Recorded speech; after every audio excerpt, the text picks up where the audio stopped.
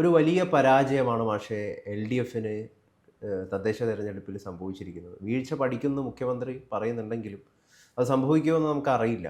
കാരണം വീഴ്ചയെക്കുറിച്ച് പഠിക്കാനും അതിനെ തിരുത്താനൊക്കെ മുഖ്യമന്ത്രിക്ക് എന്തോ തരത്തിലുള്ള പ്രയാസമുണ്ടെന്നാണ് പലരും ഇപ്പോൾ നിരീക്ഷിക്കുന്നത്. ഇപ്പോൾ കഴിഞ്ഞ സമീപ ഭാവിയിൽ സംഭവിച്ച ഏറ്റവും വലിയ മാറ്റങ്ങളിൽ ഒന്നെന്ന് പറയുന്നത് ബി.ജെ.പി. കേരളത്തിൽ വളരുന്നു എന്നുള്ളതാണ്. രാഷ്ട്രീയ സമവാക്യങ്ങളിൽ വരുന്ന ഏറ്റവും വലിയ മാറ്റങ്ങളിൽ ഒന്ന് അത് തന്നെയാണ്. എങ്ങനെയാണ് മാഷ് ഈ തദ്ദേശ തെരഞ്ഞെടുപ്പിലെ യു.ഡി.എഫിൻ്റെ മേൽക്കൈയെയും ഒപ്പം ബി.ജെ.പിയുടെ വളർച്ചയെയും നോക്കിക്കാണുന്നത്? ഈ തെരഞ്ഞെടുപ്പ് ഫലം സൃഷ്ടിച്ചത് CPM ആണ്. അതിൻ്റെ ഗുണഭോക്താക്കളും അതേപോലെ തന്നെ അതിൻ്റെ നഷ്ടം സഹിച്ചവരും യഥാർത്ഥത്തിൽ CPM തന്നെയാണ്.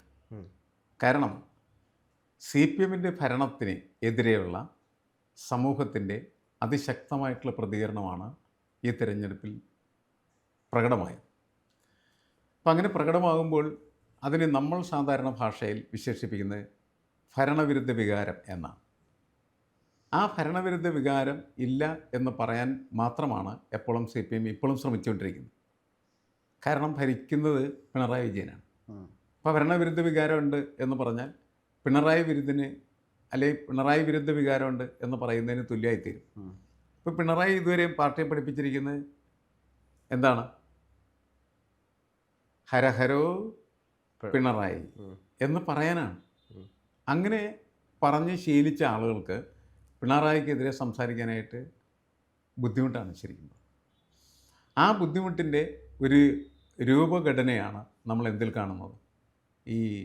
ഇത് ഭരണവിരുദ്ധ വികാരമല്ല എന്ന് പറയാനായിട്ട് ശ്രമിക്കുന്നിടത്ത് കാണുന്നു. ഒരു പാർട്ടി ഒരു തെരഞ്ഞെടുപ്പിൽ പരാജയപ്പെടുന്നത് പുതിയ കാര്യമൊന്നുമില്ല. CPM പരാജയപ്പെടുന്നത് പുതിയ കാര്യമൊന്നുമില്ല. പല സമയത്തൊക്കെ പരാജയം. പക്ഷേ പരാജയപ്പെട്ട് കഴിഞ്ഞാൽ ആ പരാജയത്തിൽ നിന്ന് വിജയത്തിലേക്ക് കുതിക്കണം എങ്കിൽ എന്ത് വേണം? സത്യസന്ധമായിട്ട് പരാജയത്തെ കാണാൻ തയ്യാറാണ്. ഭരണവിരുദ്ധ വികാരം കൊണ്ടാണ് ഇങ്ങനെ ആളുകൾ അപ്പുറവും ഇപ്പുറവും നോക്കാതെ ആഞ്ഞടിച്ചതെന്ന് തിരിച്ചറിയണ്ടേ? അങ്ങനെ തിരിച്ചറിയാനായിട്ടുള്ള ശ്രമം ഇല്ല. ആ തിരിച്ചറിയാനുള്ള ശ്രമമില്ലാത്തതിൻ്റെ ഫലമായി തന്നെ ഇത് ശരിയായ രീതിയിൽ വിലയിരുത്തപ്പെടുന്നില്ല എന്നുള്ളത് നമ്മൾ മനസ്സിലാക്കേണ്ട കാര്യം. ഞാൻ പറയുന്നത് തെരഞ്ഞെടുപ്പിൽ ഒരു പ്രാവശ്യം പരാജയപ്പെട്ടെന്ന് വെച്ച് അതില്ലാതാവും, പാർട്ടി ഇല്ലാതാവും, പാർട്ടി എന്നേക്കുമായി ഭരണത്തിൽ നിന്ന് പോകും എന്നൊന്നും കരുതേണ്ട കാര്യമൊന്നുമില്ല. അങ്ങനെ കരുതാവുന്ന തരത്തിലുള്ള വലിയ ചോർച്ചയൊന്നും CPMന് ഇപ്പോഴും സംഭവിച്ചിട്ടില്ല. കാരണം ഇതിൽ പൊളിറ്റിക്കൽ വോട്ട് പരിശോധിക്കുമ്പോൾ 7 ജില്ലാ പഞ്ചായത്തുകളിൽ CPM, 7 ജില്ലാ പഞ്ചായത്തിൽ UDF ആണ്. ഒപ്പത്തിനൊപ്പം എന്ന് വേണമെങ്കിൽ പറഞ്ഞു വെക്കാം. ഇനി മൊത്തം നമ്മൾ പരിശോധിക്കുന്ന സമയത്ത് 80 നിയോജക മണ്ഡലങ്ങളിലാണ് UDF മുന്നിട്ട് നിൽക്കുന്നത്. ബാക്കി 60 എന്ന് പറയുന്നതിൽ 2 സ്ഥലത്ത് എന്താണ് BJP, ബാക്കി 58 സ്ഥലത്ത് LDFും തന്നെയാണ്. എന്നുവെച്ചാൽ വ്യത്യാസം എന്ന് പറയുന്നത് 10 സീറ്റിൻ്റെ വ്യത്യാസമാണ് ശരിക്കും. 10 സീറ്റ് ഇതിൽ അട്ടിമറിച്ചാൽ ഒപ്പത്തിനൊപ്പം നേരത്തെ 2010 ഇതേപോലെ LDFിനെതിരെ ശക്തമായിട്ട് തദ്ദേശ സ്വയംഭരണ സ്ഥാപനങ്ങളിൽ ആളുകൾ വോട്ട് ചെയ്ത് തോൽപ്പിച്ചത്. എന്നിട്ട് എന്ത് സംഭവിച്ചു? ഉമ്മൻചാണ്ടി അധികാരത്തിൽ വന്നു. 72 സീറ്റേ കിട്ടിയുള്ളൂ. 68 സീറ്റും LDFിന് പിടിക്കും. 2010 സംഭവം. അതിന് സമാനമായിട്ടുള്ള ഒരു റിസൾട്ടായിട്ട് വേണമെങ്കിൽ ഇതിനെ പൊതുവെ വിശദീകരിക്കും. പക്ഷേ അതിനും വ്യത്യാസമുണ്ട്. കാരണം എന്ന് വെച്ചാൽ അന്ന് 8 ജില്ലാ പഞ്ചായത്തുകൾ ആരുടെ കയ്യിലായിരുന്നു? UDFിൻ്റെ കയ്യിൽ. 6 LDF ഉണ്ടായിരുന്നു. അപ്പോൾ അതിനേക്കാൾ മെച്ചപ്പെട്ട പൊസിഷനാണ് 7 എന്ന് പറഞ്ഞു. അപ്പോൾ അതുകൊണ്ട് അവർക്കൊരു മത്സരക്ഷമതയുണ്ട്. Competitive character നഷ്ടപ്പെട്ടിട്ടില്ല. പക്ഷേ പ്രശ്നം എന്താണ്? ഇവർ ഈ പിണറായി വിജയൻ നടത്തിയ വാഹന ഘോഷയാത്രകൾ നമ്മൾ കണ്ടു. അദ്ദേഹം സഞ്ചരിക്കുന്ന സമയത്ത് ഒരുപാട് വാഹനങ്ങൾ അതിൻ്റെ പിന്നാലെ ഇങ്ങനെ അകമ്പടി സേവിച്ചുകൊണ്ട് പോകും. ആളുകളതിനെ കളിയാക്കിയിരുന്ന് തമ്പുരാൻ്റെ എഴുന്നള്ളത്ത് എന്നായിരുന്നു. അതെന്താണ് CPMന് തിരിച്ചറിയാൻ പറ്റാത്തത്? എനിക്ക് മനസ്സിലാത്തൊരു കാര്യമാണ്. അത്തരത്തിൽ ആളുകളുടെ മുന്നിൽ പ്രവർത്തിച്ചാൽ ആളുകൾക്ക് വല്ലാതെ ഹാലിളകും, ദേഷ്യം കയറും. അവരിതുമാരെ തിരഞ്ഞെടുപ്പ് വരുമ്പോൾ അവർക്ക് അതിനെ എന്ത് ചെയ്യാൻ പറ്റുള്ളൂ? അവതരിപ്പിക്കാൻ പറ്റുള്ളൂ. അത് അവരെ അവതരിപ്പിച്ചു. അതാണ് പ്രശ്നം. അത് തിരുത്തണം. ധാർഷ്ട്യം. നമ്മൾ തിരുവനന്തപുരത്തെ മേയറുടെ ഇടപാടുകളെല്ലാം ധാർഷ്ട്യത്തിൻ്റെ പ്രതീകമാണ്. അത് നമ്മൾ കരുതും അവർക്ക് മാത്രമല്ല. CPM ഇതുപോലെ ജയിപ്പിച്ച് പഞ്ചായത്ത് പ്രസിഡൻ്റാക്കിയവർ, മുനിസിപ്പൽ ചെയർമാൻമാരാക്കിയവർ, അല്ലെങ്കിൽ ചെയർപേഴ്സണായിരിക്കുന്ന പെണ്ണുങ്ങൾ, ഇവരൊക്കെ അഹങ്കാരികളും ധാർഷ്ട്യക്കാരികളായി മാറിയിരിക്കുകയാണ്. ആളുകളുടെയൊക്കെ പെരുമാറുന്നവരങ്ങനെയാണ്. ഈ ഇടത് മാത്രമല്ല, ഇത് മറ്റവന്മാർക്ക് എല്ലാവർക്കും ഉള്ളതാണ്. അധികാരം ഇവരെയൊക്കെ തലക്കുപിടിപ്പിക്കുകയും ഇവർ ആളുകളുടെ തലമണ്ടക്കടിക്കാൻ നടക്കുകയും ചെയ്യും. അപ്പോൾ അവർ തിരിച്ച് അവർക്ക് കിട്ടുന്ന അവസരം അവർ പ്രയോഗിക്കുന്നു. അതാണ് നമ്മൾ കണ്ടത്. ഇടത് വോട്ടിലെ വിള്ളലുകൾ BJPക്ക് തന്നെയല്ലേ ഗുണപ്രദമാകുന്നത്? അല്ല, ഇടത് വോട്ടിൻ്റെ ചോർച്ചയേക്കാളുപരി ഇടതിൻ്റെ രാഷ്ട്രീയ ചോർച്ചയാണ് പ്രധാനപ്പെട്ടത്. ഇടതുപക്ഷം മുന്നോട്ട് വെച്ചിരുന്ന, ഉയർത്തിപ്പിടിച്ചിരുന്ന രാഷ്ട്രീയ കാഴ്ചപ്പാടുകളെ അത് കൈവിടുന്നു. അത് കൈവിട്ടതിൻ്റെ ഏറ്റവും നല്ല ഉദാഹരണമാണ് ആഗോള അയ്യപ്പ സംഗമം നടത്താനായിട്ട് ഇവർ നടന്നു എന്നുള്ളത്. അതുപോലെ ഇവർ അഴിമതിക്കാരായി മാറുന്നു. ഇവരേൽപ്പിച്ച ദേവസ്വം ബോർഡ് പ്രസിഡന്റുമാർ സ്വർണ്ണക്കൊള്ളക്ക് കൂട്ടുനിൽക്കുന്ന കാഴ്ച, അതൊക്കെ ഇടതുപക്ഷ രാഷ്ട്രീയത്തെ ഇല്ലാതാക്കുന്ന പ്രക്രിയയാണ്. ഇവിടെയാണ് ഇടതുപക്ഷത്തെ സ്നേഹിക്കുന്ന ആളുകൾ തലയിൽ കൈവച്ച് ഇവരുടെ ചെയ്തികളെ പ്രാകുന്നൊരവസ്ഥയിലേക്ക് എത്തിച്ചേരും. അപ്പം അങ്ങനെ ഇടതുപക്ഷ രാഷ്ട്രീയത്തെ നശിപ്പിക്കുന്നവരാണ്. അത് CPM തന്നെയാണ്. ഈ ഇടതുപക്ഷ രാഷ്ട്രീയം നശിച്ചു കഴിയുമ്പോൾ പിന്നെ അവിടേക്ക് എന്ത് കടന്നു വരും? അവിടേക്ക് പിന്നെ കടന്നു വരാനുള്ള ഈ കേരളത്തിലിപ്പോൾ BJP അല്ലെങ്കിൽ എവിടെയും BJPക്കുള്ള സ്പേസ് അങ്ങനെയാണ് ഒരുക്കപ്പെടുന്നത്. ഇടതുപക്ഷ രാഷ്ട്രീയം കൃത്യമായ രീതിയിൽ ഇടതുപക്ഷം കാത്തു സൂക്ഷിക്കുകയും ഭരിക്കുന്നതിൻ്റെ ഫലമായിട്ടുണ്ടാകുന്ന വീഴ്ചകൾ കൊണ്ട് ഭരണത്തിൽ നിന്ന് തെറിച്ചു പോവുകയും ചെയ്താൽ അവർക്ക് തിരിച്ചെന്ത് ചെയ്യാൻ പറ്റും? വീണ്ടും വരാൻ തിരിച്ചുവരവ് സാധ്യതകളുണ്ട്. പക്ഷേ ഇടതുപക്ഷ രാഷ്ട്രീയം കൈമോശം വരുത്തിയതിന് ശേഷമാണ് അവർ അധികാരത്തിൽ നിന്ന് പുറത്തു പോകുന്നതെങ്കിൽ അവർക്ക് തിരിച്ചു വരാൻ പറ്റില്ല. അതാണ് ബംഗാൾ നമ്മളെ പഠിപ്പിച്ചത്. ബംഗാളിലെ പ്രശ്നം അതായിരുന്നു. അധികാരത്തിൽ നിന്ന് പോകുമ്പോൾ ഇന്നത്തെ കാലത്ത് പിന്നീട് അതിൻ്റെ പിന്നാലെ ആളുകൾ വരില്ല. അധികാരം അങ്ങനെ ഒരു രാഷ്ട്രീയം തിരിച്ചു പിടിക്കുകയാണെങ്കിൽ ആ രാഷ്ട്രീയം തിരിച്ചു പിടിക്കണം. അതാണ് അതിന് ആളുകളുണ്ടോ? ആ രാഷ്ട്രീയത്തെ സ്നേഹിക്കുന്ന ആളുകൾ നിലവിൽ കേരളത്തിലുണ്ട്? അല്ല, അതായത് ആളുകൾ കേരളത്തിലുണ്ട് ഇഷ്ടം പോലെ. വികസനത്തിന്റെ പിന്നാലെ ആളുകൾ പരക്കം പായുകയാണ്. വികസനം വേണം, വികസനത്തിൻ്റെ പിന്നാലെ പോകുകയും വേണം. പക്ഷെ വികസനത്തിൻ്റെ ഒപ്പം പോകുന്ന സമയത്ത് ഇടതുപക്ഷം എപ്പോഴും ചോദിച്ചിരുന്ന ഒരു ചോദ്യമുണ്ട്, ആരുടെ വികസനം എന്നുള്ളത്. ആ ചോദ്യം മറക്കാൻ പാടില്ലെന്ന് മാത്രമേ ഉള്ളൂ. സമൂഹത്തിന് വികസനം ആവശ്യമാണ്, നമുക്കറിയാം. ഇപ്പോൾ കേരളയിൽ ആഗ്രഹിക്കുന്ന ഒരുപാട് ആളുകളുണ്ട്. പക്ഷേ കേരളയിൽ വേണ്ട എന്ന് കേരളം പറയുന്നത് എന്തുകൊണ്ടെന്ന് വെച്ചാൽ അതിൻ്റെ വേറെ ഒരുപാട് കെടുതികളുണ്ട്.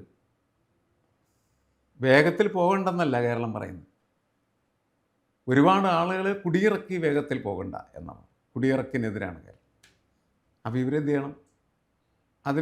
അതിനുള്ള ബദൽ മാർഗ്ഗങ്ങൾ ആലോചിക്കണം. ഇപ്പോൾ ആലോചിക്കാൻ പോകുന്നുണ്ട് എന്നല്ലേ പറഞ്ഞിരിക്കുന്നത്. ഇതിലിപ്പം എന്താണ് MM മണിയെ പോലുള്ള ആളുകളുടെ പ്രതികരണം കണ്ടിട്ടില്ലേ? അതായത് MM മണിയെ പോലുള്ള ആളുകളുടെ പ്രതികരണം എന്ന് പറഞ്ഞാൽ പെൻഷൻ കൊടുത്ത് നക്കിയിട്ട് നമ്മളെ പറ്റിച്ചിരിക്കുന്നു എന്നാണ് പറഞ്ഞത്. ജനത്തെയാണ് കുറ്റപ്പെടുത്തുന്നത്. MM മണിയുടെ ആ അഭിപ്രായം എന്ന് പറയുന്നത് അധികാരത്തിലിരിക്കുന്ന എല്ലാ നേതാക്കന്മാരുടെയും മനസ്സിനകത്തുള്ളതാണ്. MM മണി എന്ന് പറയുന്ന ഈ കോടാലി, അയാൾക്ക് അത് വിളിച്ചു പറഞ്ഞതിന് പ്രശ്നമില്ല, മറ്റൊരു വിളിച്ചു പറയില്ലെന്ന് മാത്രമേ ഉള്ളൂ. അറിയില്ലേ? എല്ലാവരുടെ മനസ്സിൽ ഇതാണ്. കാരണം വെച്ചാൽ ഇവൻ്റെ വീട്ടിൽ നിന്ന് കൊണ്ടുവന്നിരിക്കുന്ന പണമാണ് ജനങ്ങൾക്ക് നൽകുന്നതെന്നാണ് ഇവർ ധരിച്ചു വച്ചിരിക്കുന്നത്. നമ്മുടെ അടുത്ത് ഒരു MLA, ഏത് പാർട്ടിയിൽപ്പെട്ടവനായിക്കോട്ടെ, അവിടെ ഒരു റോഡ് പണിതാൽ, ഒരു കലങ്ക് പണിതാൽ അവിടെ വെക്കും ഇന്ന MLAക്ക് അഭിവാദ്യങ്ങളെന്ന് പറഞ്ഞു. ഈ ഫണ്ട് ഇവൻ്റെ തന്തയുടെ ഫണ്ടാണ്.